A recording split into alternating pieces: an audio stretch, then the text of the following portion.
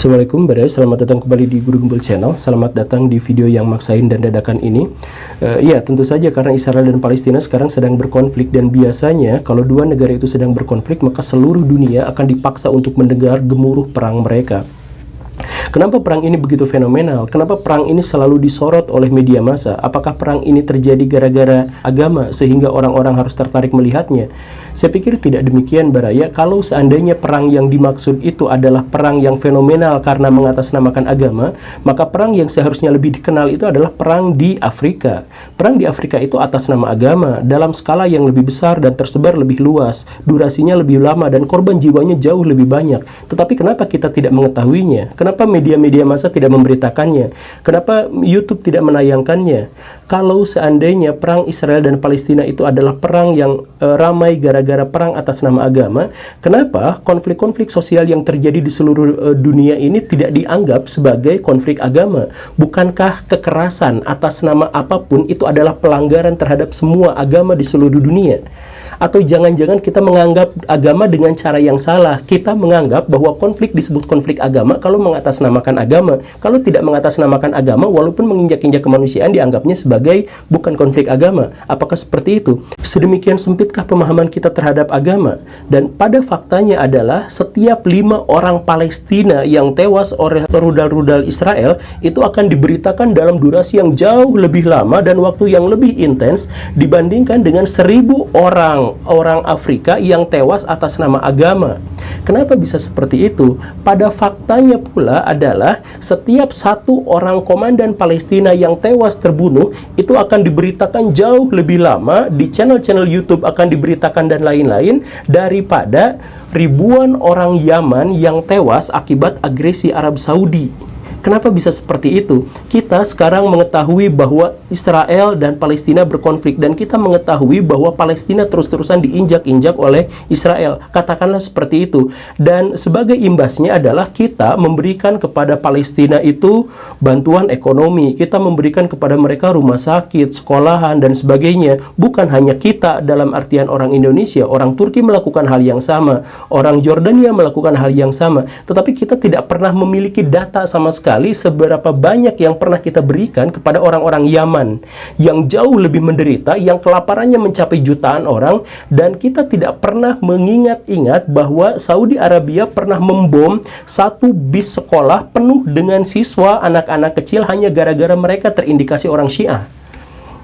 Kenapa kita tidak pernah berpikir tentang hal-hal yang seperti itu? Kalau ini memang adalah konflik atas nama agama misalkan, dan itulah yang menyebabkan konflik Israel dan Palestina begitu menarik perhatian kita, kenapa konflik-konflik yang terjadi di seluruh dunia tidak kita bahas, tidak kita lihat, bahkan Google tidak pernah menayangkan hal itu? Karena pada faktanya, Baraya, bahwa itu sebenarnya bukan konflik agama. Itu sesungguhnya adalah konflik kepentingan, dan karena itu adalah konflik kepentingan ekonomi dan geostrategis, maka yang ditampilkan itu adalah bentuk dari propaganda-propaganda, bukan fakta yang sesungguhnya. Propaganda dari siapa? Dari yang sangat membutuhkannya. Saya akan jelaskan, Baraya. Kita akan mulai dari sudut pandang orang Yahudi dulu. Orang Yahudi itu memang memiliki tanah yang dijanjikan, tanah yang sekarang menjadi sengketa itu. Tetapi tanah yang dijanjikan itu menurut orang-orang Yahudi hanya boleh ditempati dan tempat berkumpul orang-orang Yahudi di zaman Mesias. Artinya ketika Mesias mereka datang turun ke bumi, maka di sanalah mereka akan berkumpul. Pada faktanya orang-orang Yahudi sendiri, orang-orang paling literal di antara rabi-rabi mereka, mengatakan sebelum zaman Mesias itu tidak boleh ada seorang pun yang berani-beraninya mendirikan negara Israel di sana. Itu menyalahi ketentuan Tuhan. Orang-orang Yahudi terdiaspora ke seluruh dunia itu karena hukuman, dan sekaligus sebagai berkah agar mereka bisa menyinari, agar mereka bisa memberkati suku-suku bangsa di seluruh dunia. Itulah yang namanya diaspora. Dan Zionisme itu adalah gerakan yang sama sekali tidak berlatar agama.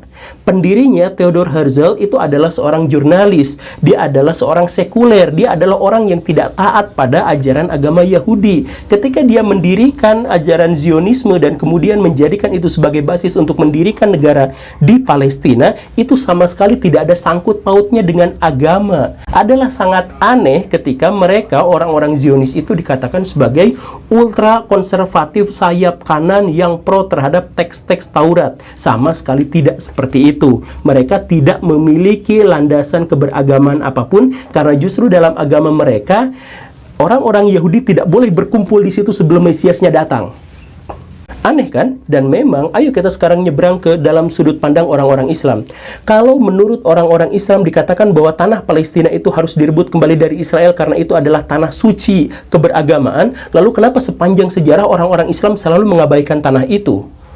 Di era Perang Salib, ketika ada 150.000 pasukan orang-orang Eropa datang ke tanah itu, kemudian melakukan pembantaian, pemerkosaan, penjarahan terhadap kota itu, apakah orang-orang Islam bereaksi? Tidak, tidak ada reaksi sama sekali. Apa yang sesungguhnya terjadi pada zaman itu? Ada Abu Hamid Al-Ghazali, ada Syekh Abdul Qadir Jailani, ada Fakhruddin Razi, ada begitu banyak ulama, tetapi tidak ada satupun di antara mereka yang pernah menuliskan kejadian Perang Salib, kejadian tentang kekerasan yang terjadi di Palestina. Kalau Palestina adalah tanah yang suci, kenapa mereka sedemikian diabaikan? Baru 100 tahun kemudian datang Salahuddin Al-Ayyubi berusaha mengambil alih kembali tanah itu. Dan apa yang terjadi setelah itu menjadi ajang kekerasan dari dinasti Ayyubiyah, kemudian Mamluk, kemudian Turki. Dan setelah Turki Utsmani menguasai itu, setelah wafatnya Al-Kanuni, apa yang terjadi? Tanah Palestina tidak pernah digarap oleh orang-orang Islam, diabaikan begitu saja. Orang-orang yang tinggal di sana tidak pernah diurus sedemikian sampai orang-orang Palestina mengungsi semuanya ke Mesir atau ke Suriah atau ke Lebanon. Tanah itu hampir dikosongkan gara-gara memang tidak ada satupun pemerintah yang mau ngurus tanah itu. Bahkan ketika sekarang, zaman sekarang, kalau tanah itu memang benar-benar suci, kenapa Saudi Arabia membiarkan pendudukan Israel? Padahal dia memiliki kekuatan yang cukup besar untuk menghancurkan Israel. Kalau memang tanah itu dianggap suci oleh orang-orang Islam, kenapa Turki diam? Turki itu adalah negara terkuat ke-10 di seluruh dunia dan yang paling kuat di Timur Tengah. Israel itu nggak ada setengahnya, baik dalam kualitas maupun kuantitas. Teknologi Turki dalam kemampuan berperang itu adalah salah satu teknologi paling inovatif di seluruh dunia. Israel gak akan menang melawan Turki. Tetapi kenapa Turki tidak mau menyerang? Nah, kalau memang ini benar-benar dianggap suci, kenapa Palestina selalu diabaikan sepanjang sejarah orang-orang Islam? Dan sekarang, ketika orang-orang Yahudi datang ke sana, orang-orang Islam marah-marah. Kenapa bisa seperti itu? Ibaratnya kita punya anak. Anak itu kita terlantarkan, biarkan miskin, biarkan kelaparan, biarkan hujan kehujanan, panas kepanasan, gak dikasih baju, dan lain sebagainya. Kemudian ketika ada orang yang memungutnya dan kemudian mengurusnya, kita marah-marah.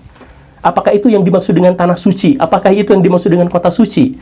Nah, ini sesungguhnya menjelaskan bahwa perang ini sama sekali bukan perang atas nama agama.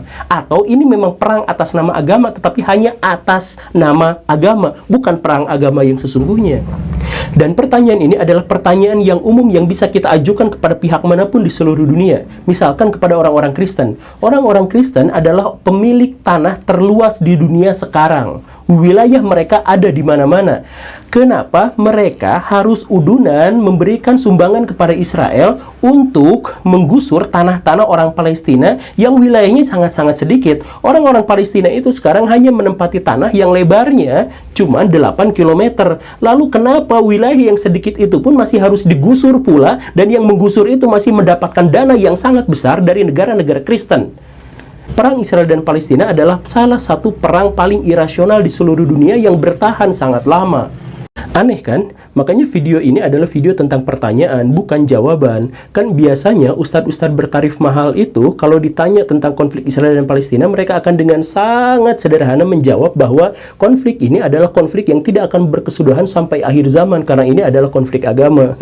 Tetapi kalau ini benar-benar konflik agama, kenapa ada begitu banyak paradoks terkait dengan agama seperti yang saya jelaskan sebelumnya? Kenapa hal itu bisa terjadi? Pada kenyataannya adalah ini bukan hanya konflik agama, tetapi ini soal geopolitik, ini soal minyak, ini soal energi, ini soal kekayaan, ini soal ada begitu banyak kepentingan yang terjadi di sana. Kalau memang ini benar-benar konflik agama, maka yang seharusnya kita sorot itu adalah apa yang terjadi di Afrika. Tetapi karena di Afrika tidak ada kepentingan ekonomi, di sana sumber dayanya sedikit, miskin-miskin, kebanyakan gurun, maka diabaikan saja. Tetapi Israel dan Palestina itu memiliki posisi geostrategis yang sangat memadai dan ada begitu banyak kepentingan yang terjadi di sana, sehingga apapun yang terjadi di sana akan disorot besar-besaran dan kemudian diplot, dinyatakan sebagai perang agama atau perang atas nama agama. Kalau Baraya mau menjawab, silahkan saja jawab. Tetapi jawaban yang paling memadai dari pertanyaan-pertanyaan ini adalah tidak menjawab dengan kata-kata, tetapi menjawab dengan perbuatan.